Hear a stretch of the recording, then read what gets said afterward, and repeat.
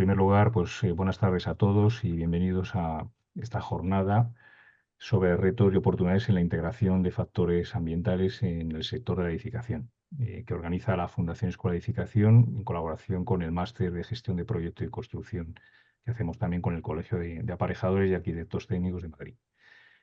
Os pediría a lo largo de la jornada que tengáis los micrófonos muteados para que no haya interferencias ni nos molestemos con ruidos, ¿vale? Ambos ponentes al final pues dejarán después de su exposición como 10-15 minutos para que podáis plantear cualquier duda, cuestión que os haya quedado, ¿vale? Eh, Os recomendaría cuando llegue ese momento que si tenéis alguna pregunta, pues abráis vuestro micrófono, formuléis la pregunta y ellas encantadas os contestarán. Si queréis hacerlo con chat, pues bueno, pues yo lo leeré, pero es mejor, yo creo que tranquilamente abráis el micrófono y planteéis cualquier duda, ¿vale? Pues nada, hoy contamos con dos ponentes de gran experiencia en el ámbito de la sostenibilidad del sector de la construcción. Nos van a acompañar pues Inés de Eusebio Rubio, que es licenciada en Ciencias Ambientales y es responsable de Medio Ambiente en Acciona. También está con nosotros María Antonia Valerosín, que es ingeniero agrónomo y directora adjunta de Sostenibilidad en Amper. Bien, durante esta jornada vamos a abordar cómo el sector inmobiliario puede reducir su impacto ambiental en la fase de construcción y durante todo el ciclo de vida del edificio, de los edificios. También exploraremos los nuevos requisitos europeos, pues como la taxonomía europea y la directiva CSRD, y revisaremos herramientas prácticas para reducir emisiones, alcanzar el residuo cero y optimizar la sostenibilidad. También se dará a conocer por las ventajas de esquemas de certificación como BREEAM, fundamentalmente para cumplir con los objetivos ESG en la construcción. Es un poco resumen a grandes rasgos lo que ambos ponentes pues, nos van a hablar. Así es que no voy a quitar ningún minuto más. Voy a dejar de compartir la pantalla para que María Antonia, que es la primera que va a intervenir, pues comparta su pantalla con la presentación y empiece esta ponencia. Pues muchísimas gracias a todos. Gracias María Antonia y gracias Inés. Muchas, muchas gracias a ti, Ignacio.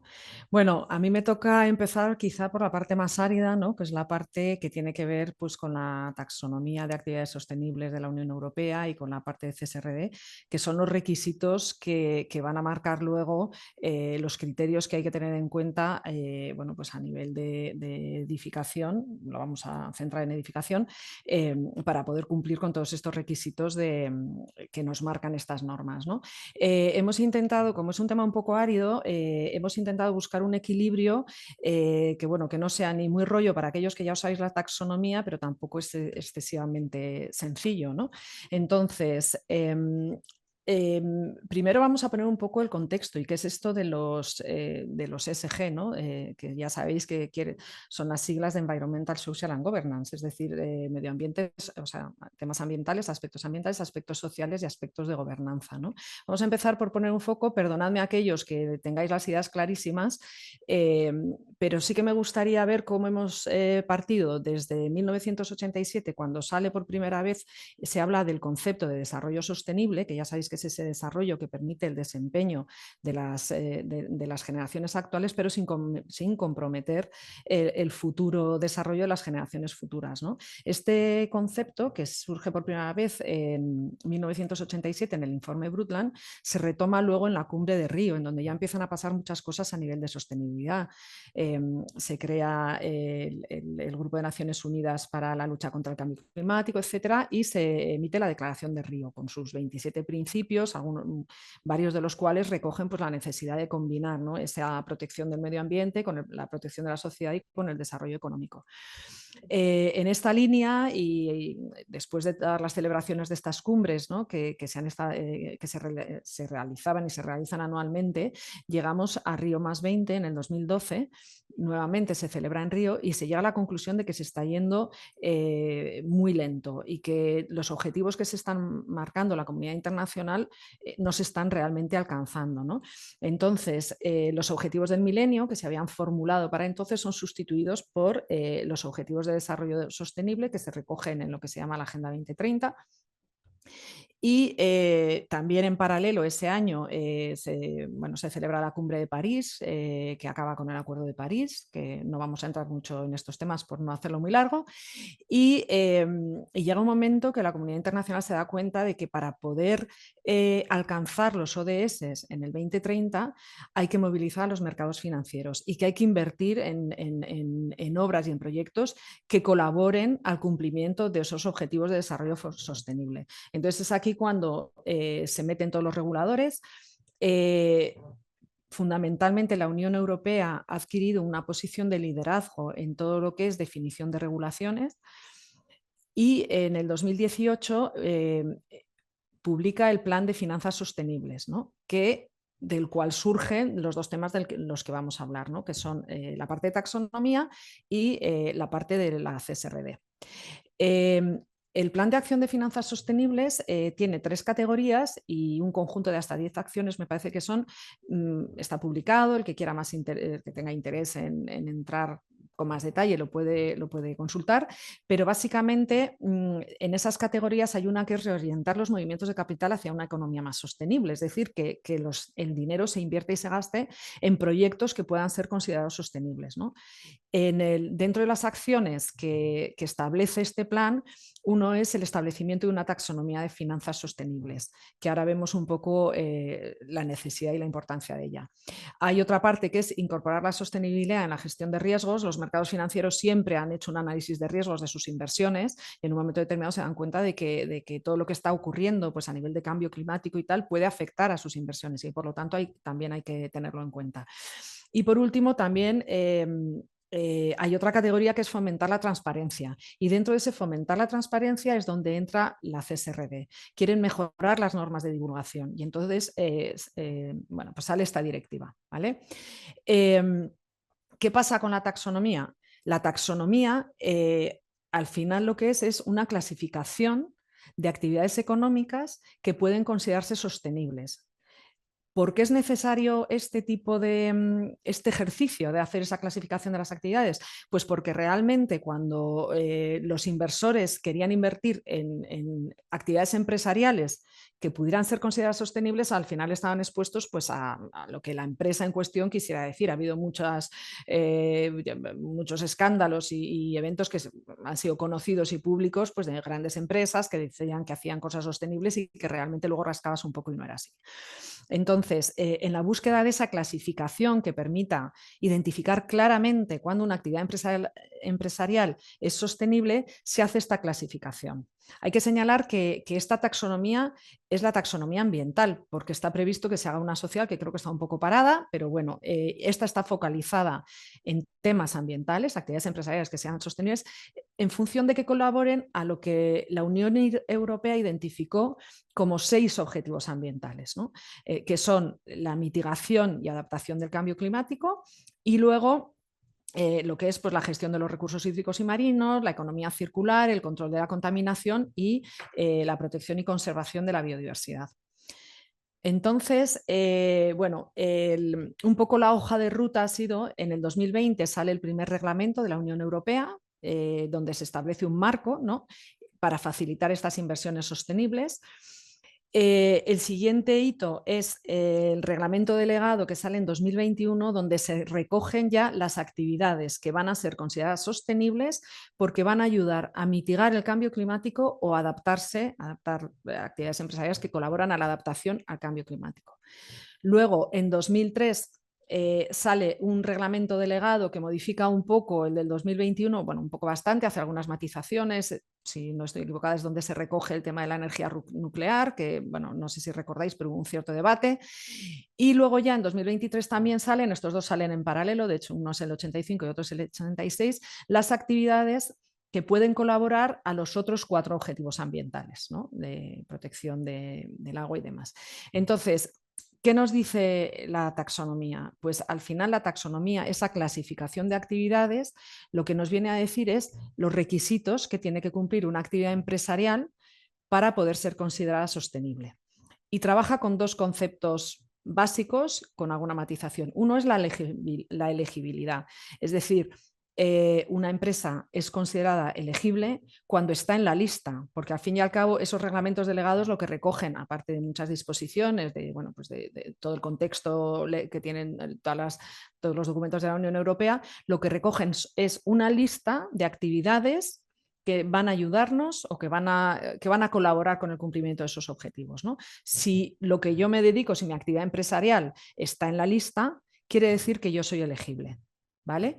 Pero estar en la lista no es suficiente. Además de estar en la lista, esas actividades empresariales se tienen que desarrollar de acuerdo con unas determinadas formas de hacer las cosas, ¿no?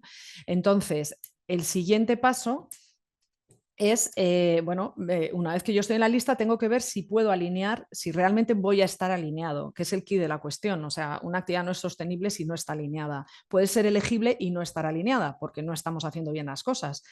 Entonces, para estar alineado, además de estar en la lista, tienes que cumplir con una serie de cosas. Por un lado, siempre hay un criterio que es la contribución sustancial.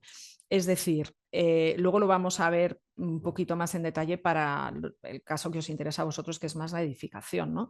Pero os pondría por caso un caso un poco diferente si la generación de energía hidroeléctrica es una actividad taxonómica, porque es una actividad que colabora a la mitigación, puesto que genera una energía eléctrica menos emisora, lo que yo no puedo hacer es considerar taxonómico una explotación hidroeléctrica en donde la ocupación que estoy haciendo con el embalse no es proporcional a la energía que estoy generando. Entonces, ese concepto de contribución sustancial es como que, oye, bien esta actividad, pero bien planteada, ¿no? Además, hay un cumplimiento también que hay que asegurar que tiene que ver con las salvaguardas sociales, que tiene que ver con el respeto de los derechos humanos, de las condiciones de la Organización Internacional del Trabajo, con la Carta de los Derechos Humanos, etcétera, ¿no? Eso, bueno, generalmente en Europa, las empresas que operamos en Europa tenemos esta obligación y no suele generar, no suele ser un motivo de incumplimiento, ¿no? De falta de alineación. Y luego, y esto es importante porque suele ser el quebradero de cabeza de todo el mundo, tiene que cumplir con lo que se llaman los principios del DNSH o Do No Significant Harm en inglés, que es no perjudicar al resto de los objetivos ambientales. Es decir, si mi actividad empresarial es fantástica y colabora mucho a mitigación porque consigo una forma de energía que es mucho menos emisora y genera menos gases de efecto invernadero en la atmósfera, lo que no puede ser es que suponga a lo mejor pues, generar un impacto importante en la biodiversidad. Con lo cual, para que una actividad realmente pueda considerarse taxonómica, tiene que asegurar que no está perjudicando al resto de objetivos ambientales de la Unión Europea. Entrando ya un poco a la edificación, en los reglamentos delegados se habla de edificación tanto en la taxonomía de mitigación como en la taxonomía de adaptación y la de economía circular. En la taxonomía de mitigación, otra cosa que, lo digo porque viene aquí el asterisco, otra cosa que no he comentado es que en ese listado de actividades que pueden ser taxonómicas, generalmente te ponen como ayuda con qué códigos NACE se pueden asociar esas actividades, ¿no? Entonces, bueno, es una referencia, no siempre, a lo mejor en edificación sí, hay otras actividades que no es tan fácil asociar el código NACE, pero bueno, que sepáis que hay esta ayuda, ¿no? En la parte de mitigación, pues tenéis todas estas actividades diferentes, la construcción de edificios nuevos, renovación existentes, instalación y reparación de equipos de eficiencia energética, etcétera, ¿no? Lo que os vamos a presentar hoy aquí es como un extracto intentando que se entienda cómo funciona la taxonomía. No es un listado exhaustivo de todo lo que pide la taxonomía, que luego comentamos, pues cómo lo abordaríamos, ¿no? Entonces, en adaptación, también la relación de actividades que pueden ser consideradas sostenibles son más o menos parecidas. Lo que pasa es que luego tanto la contribución sustancial como los requisitos del Do No Significant Harm, bueno, sobre todo la contribución sustancial es lo que más varía. Lo demás es bastante parecido. Y luego lo que ya sí que es un poquito diferente es en la taxonomía de economía circular. Sí que se presupone que hay determinadas actividades de construcción de edificios y promoción inmobiliaria que sí que van a colaborar a ese objetivo ambiental que es la economía circular, ¿no? Entonces, por poner algunos ejemplos, pues yo he seleccionado un extracto, esto no es un listado exhaustivo, se piden más cosas, ¿no? En el caso de la taxonomía de mitigación, que, insisto, lo que se trata es que el edificio que vais a construir, porque aquí estamos en construcción de edificios nuevos, yo pueda considerar que colabora al objetivo ambiental de reducir emisiones, ese es un poco el objetivo, necesito que cumpla una serie de cosas, ¿no? Entonces, en la contribución sustancial, por ejemplo, lo que me pide en la taxonomía, insisto, de aquí tendríais que ir al reglamento delegado para verlo todo en detalle, ¿eh? Pero esa contribución sustancial que yo ponía el ejemplo de la presa, en este caso sería, los criterios que pone son relativos a la demanda de energía primaria, que tiene que ser menor a la establecida en estos edificios. Para edificios de más de 5.000 metros cuadrados hay que realizar pruebas de estanque e integridad térmica, hay que calcular el potencial de calentamiento global, y no solo hay que calcularlo, es decir, hay que tener hechos esos cálculos y luego hay que compartirlo con los inversores y los clientes, es decir, que es una cosa absolutamente transparente, ¿no? Pero este sería, digamos, la primera premisa para que un edificio de nueva construcción pudiera ser considerado esta y algunos más detalles que vienen definidos en el texto del reglamento delegado, ¿vale? Para que pudieran ser considerados sostenibles. Dentro del principio de NSH, que es un principio que luego se ha aplicado también en otros contextos, bueno, pues te va pidiendo determinadas cosas. En relación a adaptación, ¿qué es lo que se solicita? Bueno, pues que se haga un estudio de riesgos climáticos físicos. Al final lo que se trata es que no me hagas un edificio en una zona inundable porque no va a estar adaptado al cambio climático. Esto es una simplificación, evidentemente, ¿no? Pero bueno, hay que ver distintos escenarios, qué riesgos se pueden cumplir, etcétera, ¿no? En cuanto al objetivo ambiental de la protección de los recursos hídricos, pues hay una serie de condicionantes que están, estos son bastante amplios, ¿eh? Para todos los que seáis arquitectos y estéis en diseño y tal, pues hay una serie de condicionantes que están referidos al consumo del agua del edificio, ¿no? Por ejemplo, pues te piden grifos que el caudal de agua máximo sea de 6 litros por minuto. Un ejemplo, insisto que hay más cosas y que esto no es un listado exhaustivo. En el caso de economía circular, esto es una constante para casi todas las infraestructuras que están recogidas en la taxonomía. El 70% en peso de los residuos no peligrosos generados se tienen que preparar para reutilización, reciclado, revalorización. Aquí no están metidos las tierras de excavación, ¿vale? Son los residuos, pues se tienen que reutilizar. En cuanto al tema de la contaminación, pues ahí en el reglamento delegado recogen una serie de limitaciones en cuanto a los materiales de construcción que se pueden usar y los componentes de los mismos para evitar que se utilicen materiales que tengan determinado poder contaminante. ¿Vale? Y luego en la parte de biodiversidad, bueno, pues por supuesto, en edificación no es tan común que tengáis que hacer estudios de impacto ambiental, pero vamos, tienes que tener toda la reglamentación, tienes que cumplir con toda la regulación relativa a temas de biodiversidad, y luego sí que hay limitaciones en relación a el uso previo del edificio o de la edificación que se está construyendo, ¿no? Pues a lo mejor en suelos agrícolas de valor alto según los requisitos de la USCLA, pues no se puede hacer, ¿no? O no sería incompatible. ¿Vale? Entonces, bueno, eso serían un ejemplo de conceptos que se tienen que tener en cuenta si tú quieres que tu edificio o que tu edificación sea taxonómica. En el caso de economía circular cambia un poquito la contribución sustancial, puesto que se supone que ese edificio está colaborando al objetivo ambiental de la economía circular, pues mi contribución sustancial ya no está relacionada tan directamente con temas energéticos, sino cómo estoy gestionando yo los residuos. Entonces me piden, por supuesto, que los residuos estén gestionados pues, de acuerdo con la legislación, la más estricta. El potencial de calentamiento global, bueno, pues siempre es un mínimo, ¿no? También hay que comunicar todas estas cosas. Se busca esa forma de colaborar a ese objetivo ambiental es que se potencien esos diseños y técnicas de construcción que refuercen la circularidad y que luego se demuestre, bueno, pues que se ha optimizado el uso de materias primas, que se minimiza utilizando pues material procedente de reciclado, etcétera, ¿no? Y luego también hay una parte que habla de la utilización de herramientas electrónicas para la descripción del edificio, que también se tiene que compartir, que aquí entendemos que es tipo herramientas BIM y todas estas herramientas pues que al final sirven para optimizarte todos los procesos, ¿no? En este caso, pues como antes, la parte de adaptación está asociada con hacer el análisis de riesgos climáticos físicos. Desde el punto de vista de mitigación, lo que se piden es que sean edificaciones que no estén asociadas con la extracción, almacenamiento, transporte o fabricación de combustibles fósiles. Los condicionantes del agua pues, son parecidos al caso de mitigación, que es el que hemos visto, bueno, y los otros también. O sea, realmente aquí, si os fijáis, la diferencia está en relación al objetivo principal para el que o con el que tú quieres alinear el edificio, ¿no? Si lo quieres vender desde el punto de vista de economía circular, pues la contribución sustancial está focalizada en economía circular y no tienes un DNSH para economía circular, porque ya se supone que es el objetivo del edificio, ¿no? Entonces,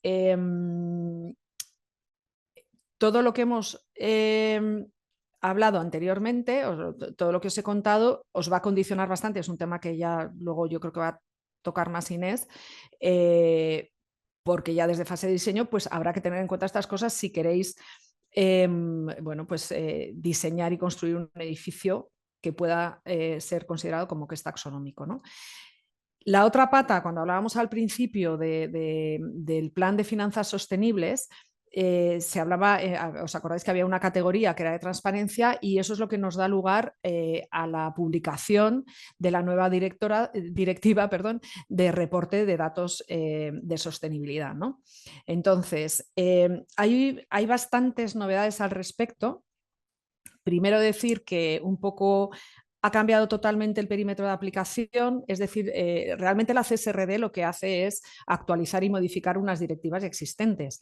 Entonces, entre las novedades más importantes es que cambia bastante este perímetro porque aplica a muchas más empresas. De hecho, la directiva actual aplica a 12.000 empresas y se piensa que las estimaciones que están publicadas en todas partes es que esta nueva directiva va a aplicar a 50.000 empresas. Y se va a empezar a aplicar como en distintas fases. Es decir, en este año 2024, o sea, los que estamos afectados, como es mi caso y el caso de Inés también, este año ya estamos pensando y estamos trabajando para el reporte del 2024 que se publicará en el 2025 y que ya tiene que estar de acuerdo con esta nueva directiva, ¿vale? Pero para el año siguiente se tendrán que sumar, me parece que son las pymes no cotizadas, y para el año siguiente pues aquellas empresas que a lo mejor no tienen su sede en Europa pero tienen determinadas cifras de negocio, etcétera. De todas formas, bueno, y ahora lo voy a hacer por no hacer spoiler, también va a afectar a otras empresas por lo que os vamos a contar luego. Pero bueno, el caso es que este año ya empezamos las grandes, por así decirlo, todas las cotizadas y sobre todo todas las que ya estábamos reportando datos, haciendo reporte de sostenibilidad porque nos afectaba la directiva anterior, pues este año vamos a tener que reportar con este nuevo sistema que ya digo que es un dolor de muelas. Bueno, estos son los requisitos, estos son los datos de los que vamos a reportar este año.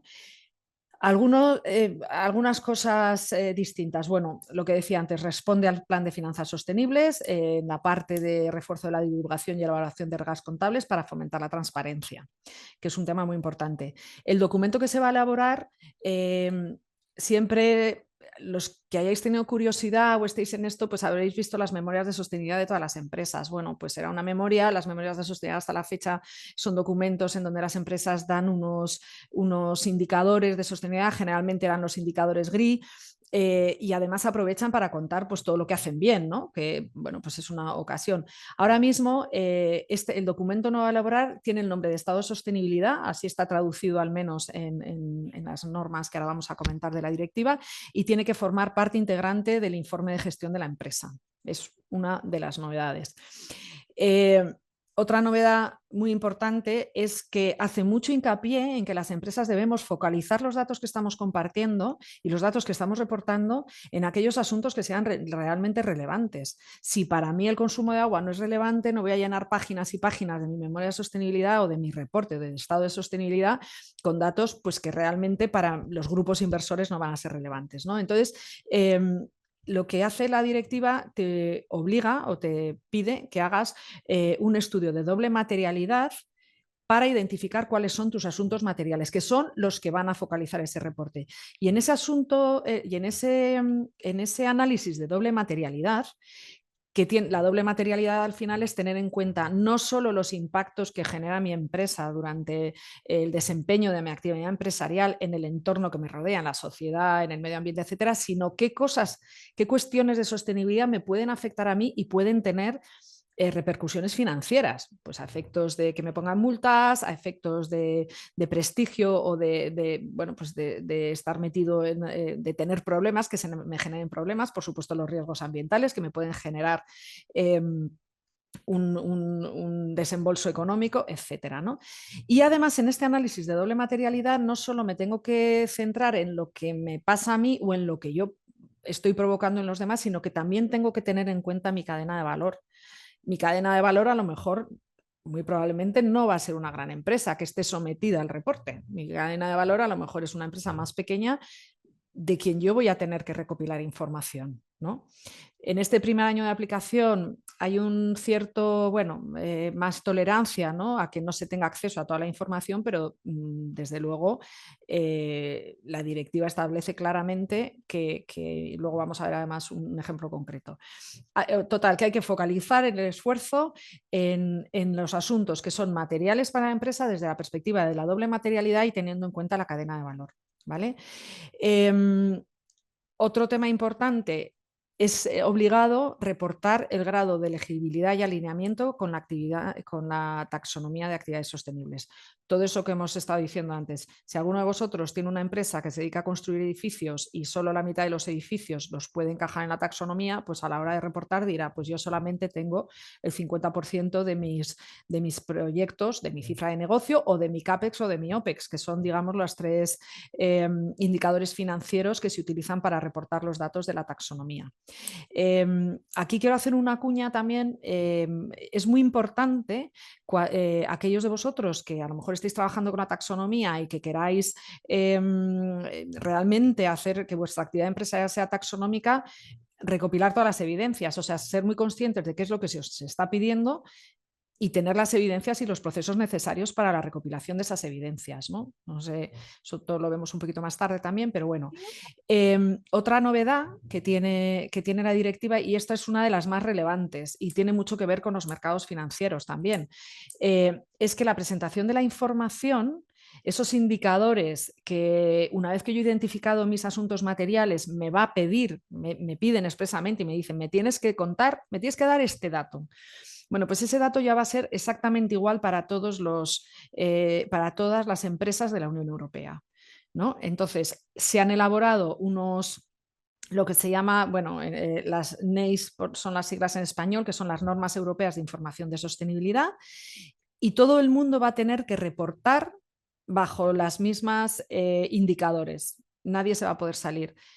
Además, estos datos reportados tienen que ir etiquetados. Los que hayáis visto, participado en informes financieros, veis que suelen ir etiquetados los datos. Bueno, pues ahora estos datos, estos indicadores de carácter ESG, porque no son solo ambientales, tienen que estar etiquetados, irán en un punto de acceso común. Este año, por ejemplo, el etiquetado todavía no es obligado y este punto de acceso común, no sé cuándo va a estar preparado, porque es algo claro que es la Unión Europea quien tiene que prepararlo. Pero vamos, la idea es que en un futuro un grupo inversor que tiene especial interés, por ejemplo, en las emisiones, pueda acceder a los datos de emisiones y sepa que la etiqueta esta, Amper tiene este dato, Acciona tiene este otro y otras empresas tienen otros, con lo cual a todos nos van a medir bajo el mismo paraguas y por eso es el tema de la transparencia.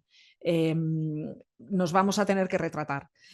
Y luego otro dato también importante es que con objeto de incrementar esas garantías en la calidad del dato, tienen que estar sometidos a una verificación externa, que en esta primera versión es una verificación más limitada, pero bueno, todo el mundo comenta que en un futuro se pedirá una verificación pues al mismo nivel, con el mismo nivel de intensidad y de fiabilidad que las auditorías financieras. También se hace mucho hincapié en que es muy importante que los datos financieros y los datos de carácter financiero que vienen recogidos en todos estos puntos, estos indicadores, coincidan.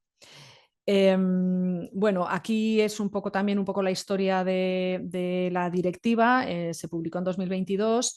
En el 2023 se han publicado esas normas bajo las cuales vamos a tener que reportar. En ese intervalo hubo pues, consultas públicas y demás. Y ya en 2024, bueno, realmente también había habido una información pública antes, pero bueno, se han elaborado unos documentos que son los documentos de FRAG que pretenden apoyarnos, porque por ejemplo la directiva, sobre todo en la parte del análisis de doble materialidad, que quizás es bueno, pues un concepto que estamos todos ahí luchando con él, te da unas pinceladas metodológicas, te dice que tienes que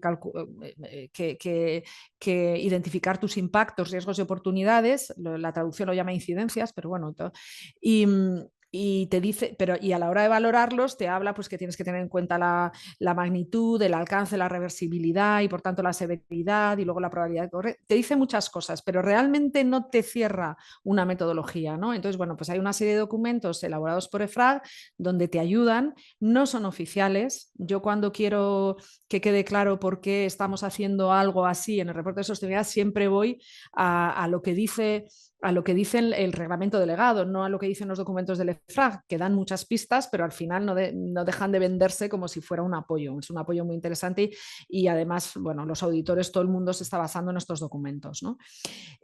Un poco para que veáis esas normas comunes de las que hablábamos antes, cómo están estructuradas, bueno, hay todas estas normas. Hay una primera norma de requisitos generales que realmente no te pide nada, es una especie de instrucciones sobre lo que se espera del reporte. Luego están la NAICS 2, que lo que recoge es información general, pues te dice cómo lo tienes que estructurar y te dice, bueno, algunos aspectos que se tienen que meter y dónde se tienen que meter. También te da libertad para algunos aspectos, pues meterlos en un sitio u otro, ¿no? Y luego hay una serie de normas ambientales, sociales y de gobernanza. La de gobernanza ya os indico que, bueno, pide pocos datos, ¿no? Y donde hay más información que aportar es en ambientales y en sociales. Lo que te lo que te dice la directiva es que tú tienes que reportar aquellos asuntos que son materiales para ti. Entonces, de estos aspectos ambientales y sociales, tú tienes que elegir los que para ti son materiales, partiendo de la base de que se presupone que el cambio climático es muy relevante y que es importante para todo el mundo, y si alguna empresa en su análisis de doble materialidad decide que el cambio climático no es material, hay que justificarlo mucho más que cuando decides que los recursos hídricos y marinos, por ejemplo, no son materiales. Entonces, una vez que tú has elegido cuáles son no es que lo hayas elegido, pero que has hecho tu análisis y llegas a la conclusión de que mis asuntos materiales son, pues, yo qué sé, cambio climático y recursos hídricos, por ejemplo, pues entonces tú tienes que reportar toda la información que te están pidiendo las normas en el contenido de ese reglamento delegado que veíamos antes. En sociales, por ejemplo, está muy enfocado en personal propio, pero un poco antes os decía que la cadena de valor es importante. Es tan importante que tiene una norma propia.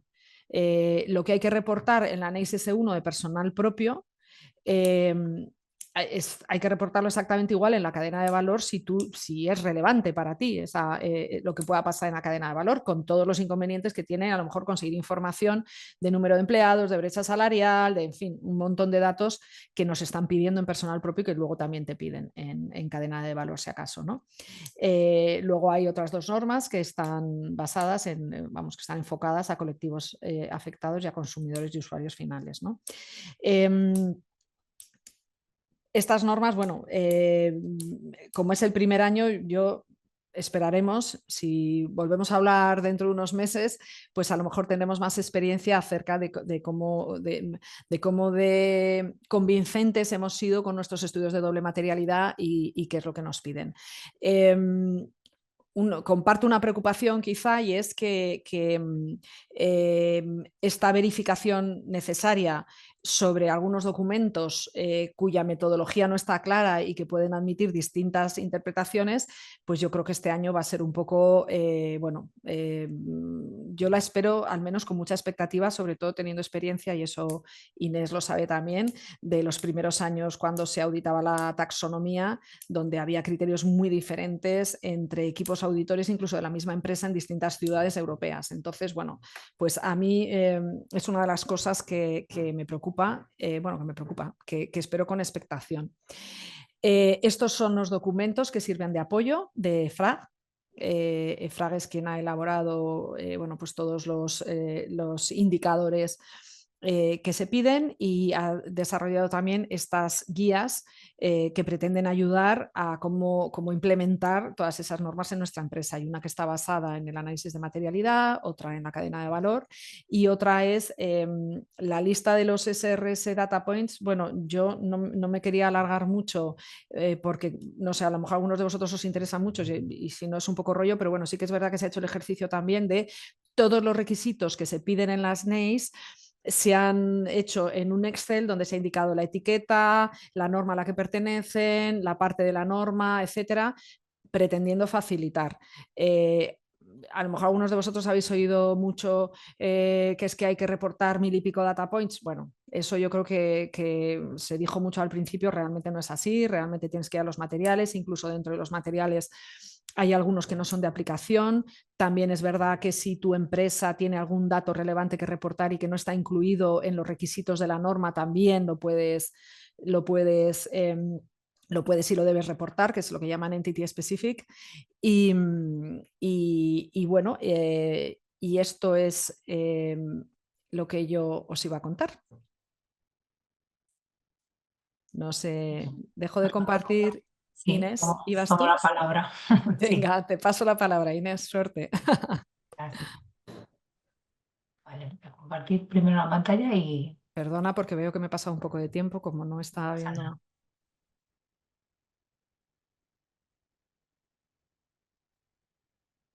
¿Ya está en modo completo? Sí, Voy a intentar minimizar aquí las...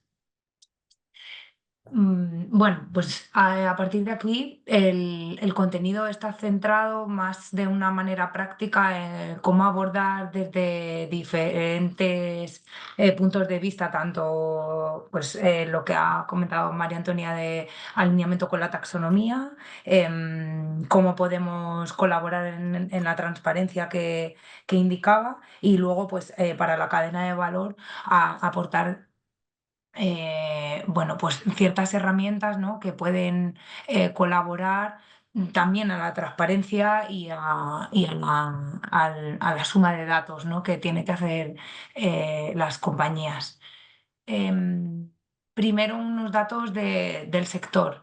Un informe de World Economic Forum indica que el sector de la construcción es responsable del 39% de las emisiones de CO2 a nivel mundial.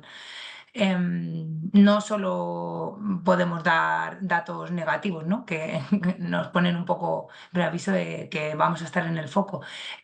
Un estudio de la Fundación Ellen MacArthur estima que la economía circular, establecer modelos circulares en el sector, colaboraría en generar un ahorro anual de 410.000 millones de dólares y reducirían las emisiones en torno a un 60% para el año 2050, que sería como ese net cero.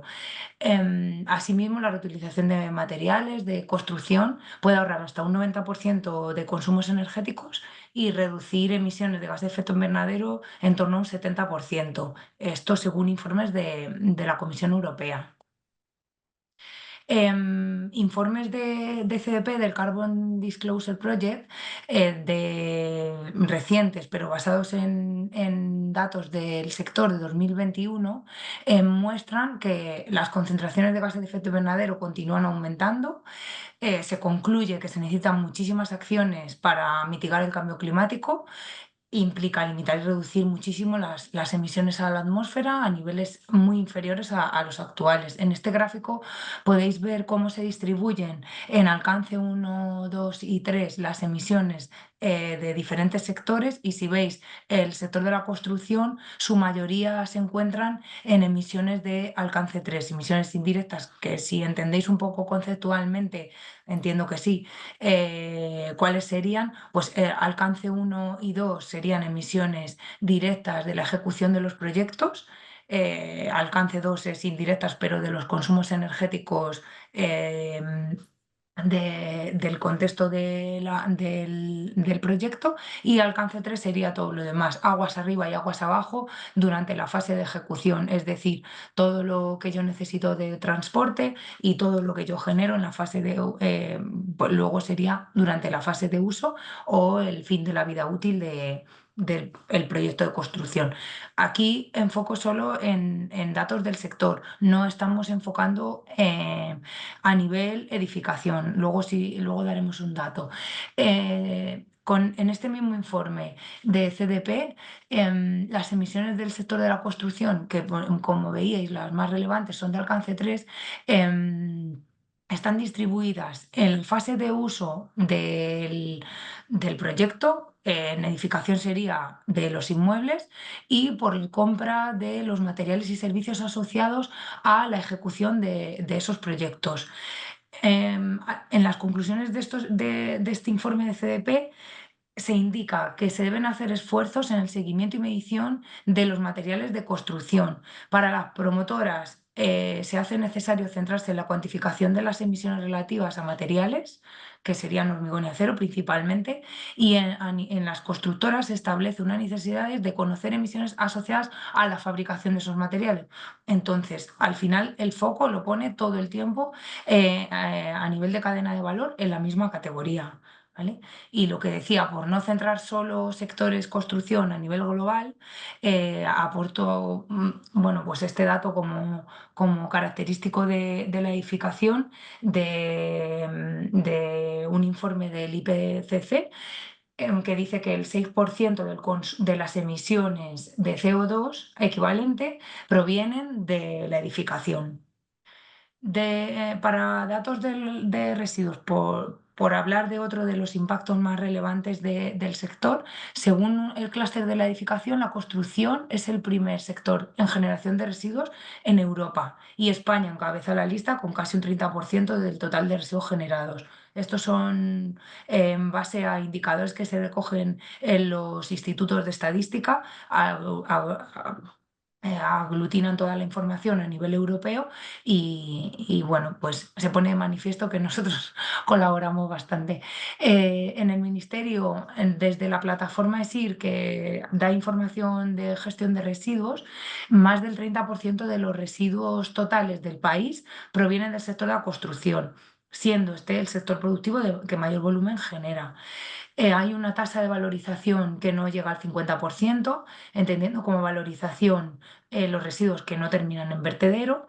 Y bueno, pues decir que desde diferentes organismos nacionales e internacionales lo que se está intentando es ofrecer un cambio de visión sobre el edificio, entendiendo este como un banco de materiales y preveyendo que dentro del contexto el 50% de los materiales que compongan un inmueble, sea obra nueva o rehabilitación, sean reciclados. Y en España, concretamente, la propia ley de gestión de residuos y suelos contaminados, que tiene un enfoque hacia la economía circular, indica que el 70% de los residuos deben ser valorizados. Esto está alineado con el concepto que decía María Antonia de taxonomía. ¿Cuál es la incertidumbre que se plantea? Pues que la percepción de la economía circular en edificación, y tan solo el 25% de las constructoras están alcanzando este objetivo del 70%. Estos datos pueden estar un pelín desactualizados y puede ser que ahora sea un poco más, pero bueno, estamos lejos, ¿no?, de cumplirlo. Y luego se indica que el 5% de los promotores declaran tener un conocimiento alto o muy alto de la norma. Esto es un problema, porque si no conocemos el requisito, pues raramente podemos plantearlo y enfocar los proyectos con esa meta, ¿no?, con esa finalidad. Vale, para el cumplimiento tanto de taxonomía como de transparencia, como de información sobre la cadena de valor que comentaba María Antonia, queremos traer aquí una serie de herramientas. Bueno, es una idea, teniendo el conocimiento y la experiencia desde nuestra posición, ¿no?, dentro de Acciona y ahora María Antonia en el grupo Amper, pues indicaros que desde la fase de diseño y definición de proyecto, los esquemas de certificación sostenible colaboran muy robustamente en el alineamiento con la taxonomía. En la fase de construcción y ejecución de proyecto, para todo el tema de transparencia, los sistemas de gestión y las normas basadas en ISO y CEN también son un gran soporte que asegurarían esa transparencia. Y luego a nivel de cadena de valor, pues hay muchísimas herramientas que pueden ayudarnos a la información y al cálculo de determinados impactos ambientales, no solo para mejorarlos, sino también para aportar y colaborar en esa transparencia. En cuanto a los esquemas de certificación sostenible, todos cumplen tres objetivos o tienen tres ventajas asociadas. Una es de bienestar. El ambiente interno de los edificios en el que estamos trabajando, estudiando, viviendo, colaboran muchísimo en la calidad de vida. Si están alineados con algún esquema de certificación sostenible, es el marco en ese sentido.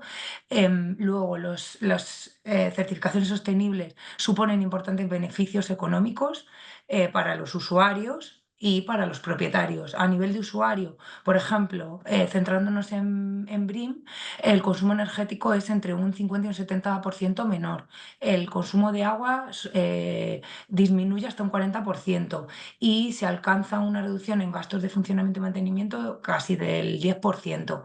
Y a nivel de propietario, pues el valor del inmueble alcanza hasta un 7,5% más, tanto en rentas como en ocupación, sumando a ambos alcances. Y luego, desde el punto de vista ambiental, pues qué decir, ¿no? Los esquemas de certificación sostenible, además de reducir el consumo energético, pues promueven minimizar emisiones de CO2 durante la fase de vida útil, promueven el acceso a transporte público, fomentan el uso de otro tipo de transporte alternativo, mejoran el almacenamiento y recogida de residuos y disminuyen el uso de compuestos con alto poder de contaminación. Centrándonos en BREEAM, por haber elegido uno y porque nos era más sencillo, dado que Acciona es uno de los esquemas que más, en los que más experiencia tiene, tanto desde la inmobiliaria como desde la constructora. Es uno de los sistemas de certificación más aplicado en las evaluaciones de sostenibilidad de entornos construidos. Mejora el comportamiento de los activos a lo largo de su ciclo de vida y bueno, pues es una herramienta clave para evaluar la sostenibilidad de un edificio de una forma holística. Analiza y mide una serie de categorías ambientales y eso es un aval para el comportamiento del activo. Considera aspectos de energía, carbono, salud, bienestar, agua y residuos y crea edificios eficientes. Aborda factores súper influyentes como el diseño de bajo impacto y reducción de emisiones, durabilidad y resiliencia del edificio, adaptación al cambio climático, bueno, pues una serie de ventajas que son bastante características de BREEAM. El esquema de certificación recoge 10 áreas, no sé si lo conocéis, algunos seguro que lo aplicáis a nivel de proyecto. Están divididas en estas categorías. No solo hay ambientales, sino también sociales, de gestión y de innovación.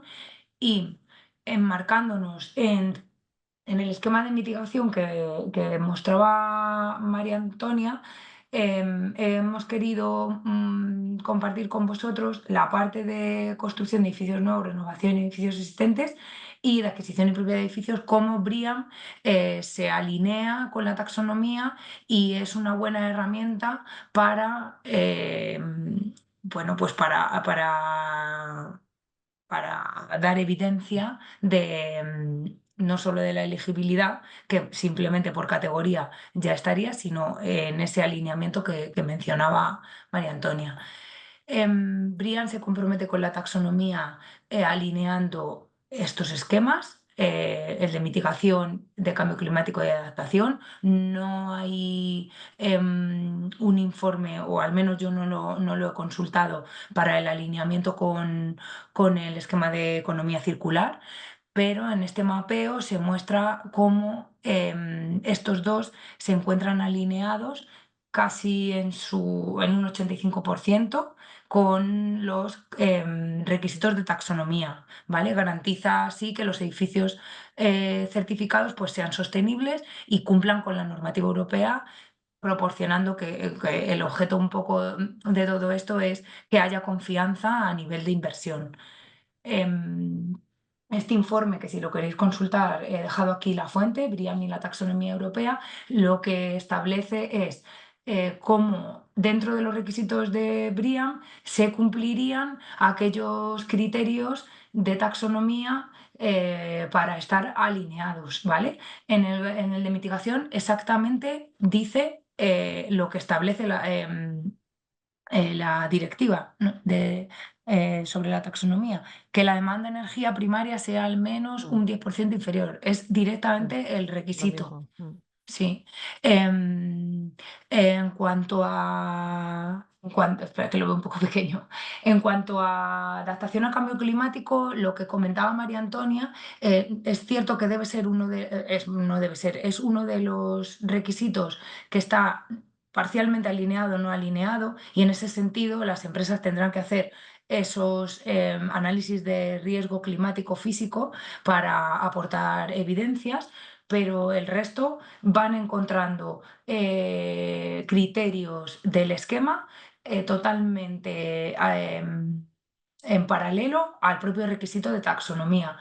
No solo en uno, como puede ser en el de la energía, que el de eficiencia energética está totalmente dirigido al cumplimiento del criterio. Por ejemplo, en el uso sostenible y protección de los recursos hídricos, pues hay varios criterios que están asociados a este requisito. Lo que te indica es evitar impactos de la obra y la actividad ajustándose a unos criterios que hay en el apéndice del documento. Y bueno, pues ¿qué encontramos en BREEAM?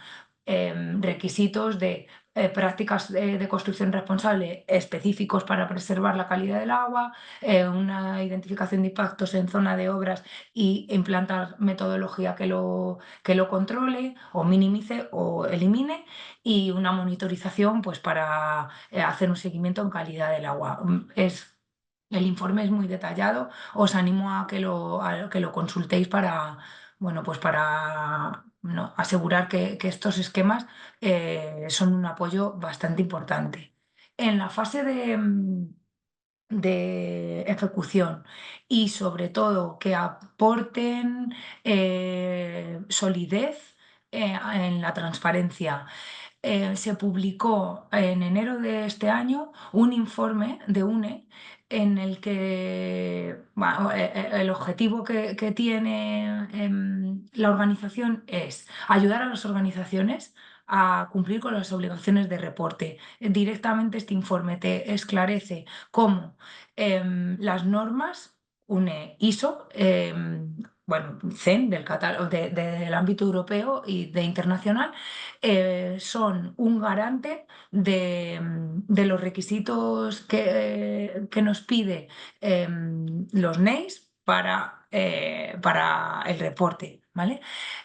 El documento que lo establece es este reglamento delegado, en el artículo en el que se dice que las organizaciones pueden apoyarse en las normas cuando elaboren la información de sostenibilidad. Esas consideraciones generales para la información para comunicar valen para las tres áreas: medio ambiente, social y gobierno. Y esta es la referencia. La empresa podrá divulgar basándose en normas europeas aprobadas con un sistema europeo de normalización.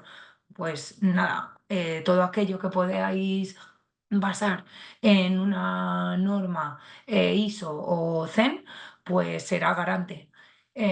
Aquí se hace un ejemplo de los temas que cubren las normas y que estarían recogidos en los capítulos, en los NEIS, de clima, contaminación, agua. Estos son unos ejemplos, pero luego el informe detalla por grupos Aquí veis un desglose por grupos, cómo hay capítulos completos o normas específicas que dan cumplimiento, bueno, no cumplimiento, sino que es un garante de un apoyo para la comunicación en todos estos capítulos, en todos estos requisitos que aparecen en la directiva, en el reglamento.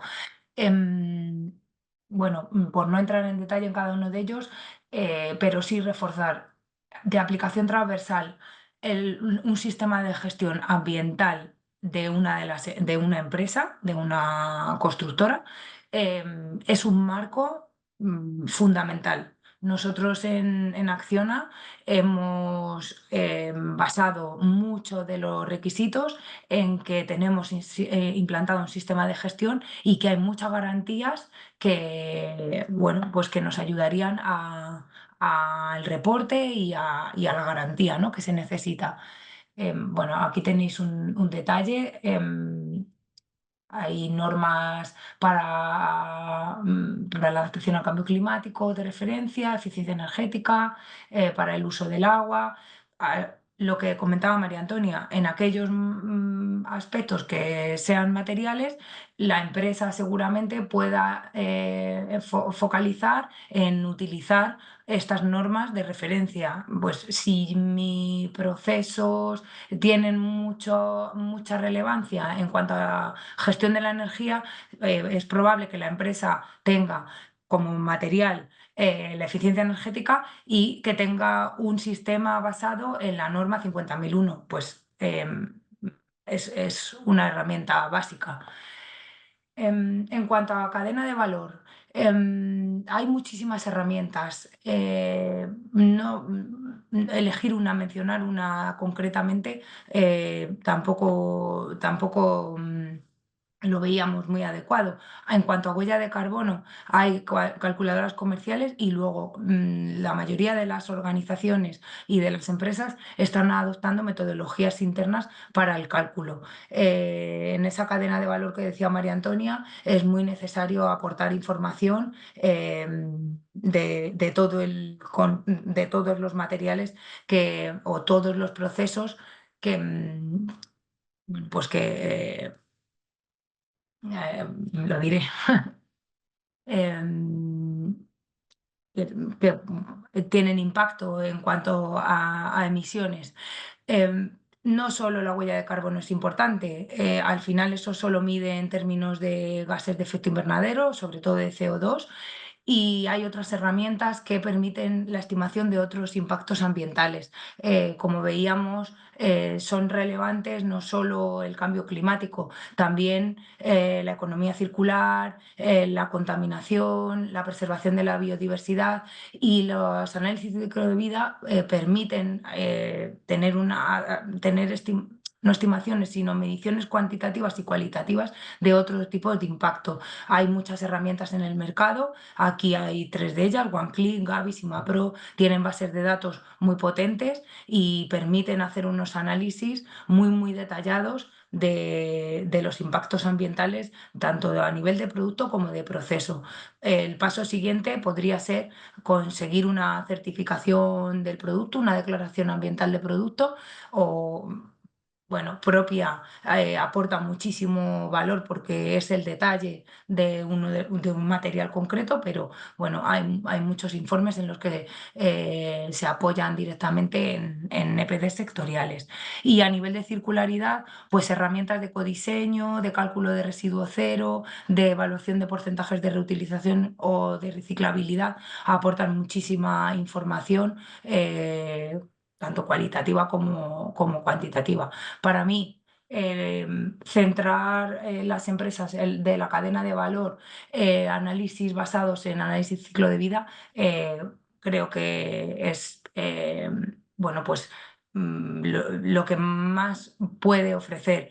Es una parte integral de muchas certificaciones sostenibles, ya que las hemos mencionado anteriormente, como BREEAM, LEED o Verde, y muchísimos edificios Ya sabemos que cuentan con este tipo de sellos y consideran al el LCV como un factor clave dentro de los criterios, ¿vale? Y esto quería compartir con vosotros, queríamos traer un ejemplo, yo he traído el de Acciona, y un poco por reforzar también esa parte de evidencias que mencionaba María Antonia, que es muy importante. em, eh, mm, Llegar a conseguir, ¿no? Acciona ha desarrollado determinadas herramientas en los últimos años. Esto es una de ellas, es reciente, recoge información desde la fase de licitación para identificar el proyecto. He elegido uno de nuestra inmobiliaria, y identifica la tipología de obra. Podría trazar con el código NACE, no lo tenemos todavía del todo trazado, pero desde la tipología de obra ya se está estableciendo qué objetivos taxonómicos están relacionados con el proyecto, para que desde las primeras fases de planificación y ejecución de los proyectos, todos los equipos conozcan cuáles son estos objetivos, qué actividad, por qué me aplica, y hacerle un seguimiento. No he querido traer referencia de la herramienta porque se está trabajando en ella, pero sí que se está trabajando en una herramienta para volcar todas esas evidencias que dan cumplimiento a los requisitos del objetivo, y poder hacer una trazabilidad desde el propio proyecto y luego subir a nivel compañía. ¿Vale? Y aquí os quiero mostrar otro ejemplo en la que hemos trabajado a nivel de digitalización, porque todo lo vamos a apoyar en herramientas de reporte. Esto es un esquema de qué se consigue teniendo digitalizado desde el proyecto cualquier dato de carácter ambiental. Aquí podéis ver que tenemos información del huella de carbono, del consumo de recursos, orientado ya con esa visión de huella en cuanto a gestión de residuos, de economía circular, con hitos para marcar qué porcentajes de reciclaje llevamos alcanzados dentro del proyecto, y bueno, por traer un ejemplo y no basar todo en referencias bueno, pues documentales. Y hasta aquí mi parte. Doy paso a María Antonia. Bueno, Sí, podemos comentar bueno, entre los sí, dos esto es un para las poco. conclusiones. Sí, hombre, yo creo que queríamos poner aquí un poco pues los retos y las oportunidades que se abren, ¿no? Que tengo que decir que muchas veces están como bastante relacionados, ¿no? Yo si tuviera que decir el mayor reto es que al final la directiva, ¿no? Por la parte en la que más pues te hace, al final lo que te está pidiendo es que supone un incremento en la información que te están pidiendo, no solo en datos, sino en todas esas evidencias que son necesarias y que las tienes que presentar en un determinado momento, ¿no? Entonces, en la cadena de valor es muy importante. Esto supone que nosotros vamos a tener que incrementar el control sobre nuestros proveedores, vamos a tener a lo mejor que implementar nuevos procesos para gestionar tanto nuestra documentación propia y aportar las evidencias, y también para procesos que tengan que ver con compras, aquellos que no los tengan. Muchas empresas de las grandes ya los tienen, pero bueno, hay que sistematizarlo. Esto va a hacer también que necesitemos una carga mucho más importante de recursos humanos, de herramientas, perfiles técnicos.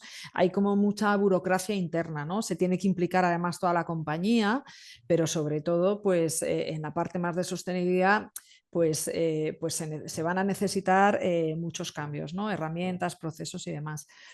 En el otro lado, pues como oportunidades, al final hay una parte importante, y es que el origen de estos requisitos, bueno, antes de estos requisitos ya se intentaba hacer las cosas bien, pero es que ahora mismo está demandado por los mercados financieros y se nos van a abrir muchas puertas a financiación sostenible si hacemos las cosas como nos están pidiendo los mercados financieros, ¿no? va a haber nuevas profesiones y nuevas demandas en perfiles profesionales que tengan suficiente capacidad para lidiar con estos temas, ¿no? Y también va a ser necesario hacer todas estas herramientas. Yo añadiría aquí, ahora Inés, tú matizas a lo mejor si quieres o si se me ha olvidado algo, yo añadiría una cosa que leí un día y que al principio, bueno, pero que realmente es así, cuando te pones a hacerlo, al final la CSRD, en algún sitio leí como que hay que concebirla como una herramienta de gestión. Yo no diría tanto, pero sí que es verdad que cuando te enfrentas a elaborar tu reporte y tienes que ver tanto cómo estoy gobernando mi empresa y te tienes que retratar y qué estrategias tengo y no tengo y cuáles son mis asuntos materiales y en esos asuntos materiales cómo me estoy comportando. ¿Me he definido objetivos? ¿No me he definido objetivos? ¿Son realistas? ¿Los puedo cumplir? Es verdad que te motiva a decir, oye, pues es que a lo mejor hay cosas que yo pensé que estaba haciendo bien, pero que todavía las puedo hacer mejor, ¿no? Entonces sí que, bueno, una vez superados los retos o asumidos, por así decirlo, más que superados los retos, ¿no? Habiendo trasladado que parte de esos retos son a la vez oportunidades, bueno, pues yo soy optimista y posibilista y pienso que vamos a sudar tinta china cuando tengamos que presentar el reporte y auditarlo y demás, pero que va a ser una cosa positiva para las compañías y una herramienta de gestión, yo creo. Yo opino lo mismo, vamos. Yo soy una enamorada del análisis ciclo de vida y lo pongo en paralelo. Un análisis ciclo de vida desde el punto de vista ambiental me da mucha información y puedo tomar muchas Totalmente. decisiones para disminuir tanto consumos energéticos como cambio de materiales, tomar la decisión de elegir otro producto para minimizar contaminación, acuíferos, donde yo esté trabajando. Al final es del Claro. propio producto, pero luego el impacto es donde yo lo estoy aplicando. Pues es que veo la directiva de la misma manera. Ese análisis de doble materialidad que nos exigen nos pone el foco en aquello que es relevante y a lo mejor no lo había identificado. Y estaba haciendo unos informes de sostenibilidad muy, muy detallados, porque es cierto que lo son, y me estaba enfocando en un montón de indicadores que realmente no evidenciaban dónde tengo el problema o dónde tengo la oportunidad. Evidentemente a nadie le sorprende que tengamos que reducir emisiones, ¿no? Y disminuir consumos energéticos, pero es cierto que los otros grupos, ¿no? Los otros NEIs Sí. nos van a hacer pensar un poco más allá y, bueno, pues a lo mejor pues cambiar el uso de determinados recursos o tener menos presión en el consumo del agua, que a lo mejor no lo estábamos enfocando de manera tan directa. Y hasta aquí. Muy bien, pues muchísimas gracias a las Preguntas. Inés y María Antonia. Bueno, pues abrimos ahora el turno de preguntas. Si tenéis alguna duda, alguna cuestión, alguna duda que os haya quedado, pues adelante, habéis puesto el Para micrófono y lo compartir. planteáis cuando queráis.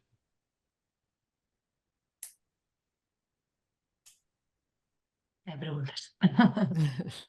Quedó todo meridiano y claro. Alguien Bueno, que rompa el hielo.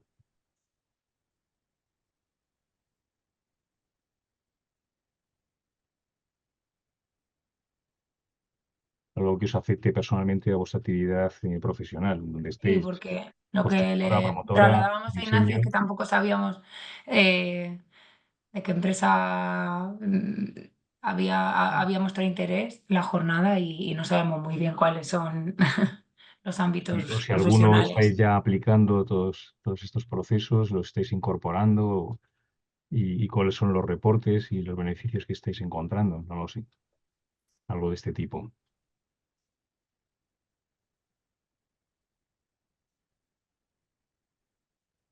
Bueno, pues no hay preguntas. Bueno, Nada, si queréis lo dejamos aquí. está Ya bien. son casi las 7:15. Y nada, agradeceros nuevamente vuestra presencia, Inés y María Antonia, de verdad, que ha sido un placer escucharos y Gracias a vosotros por organizar. Sí, sí, y que muchas nos gracias. hayáis ilustrado, ¿no? Con todas estas cuestiones. Y a vosotros también, pues, por vuestra asistencia y vuestra participación, que ha sido maravillosa. Bueno, pues Bueno, muchísimas gracias a muchas todos. gracias. Lo Buena dejamos aquí. tarde. luego, buena tarde. Hasta María luego. Antonia, Inés, Chao. un saludo. Estamos en contacto. Chao. Sí. Otra, Gracias a todos. gracias. Muchas gracias por vuestra asistencia.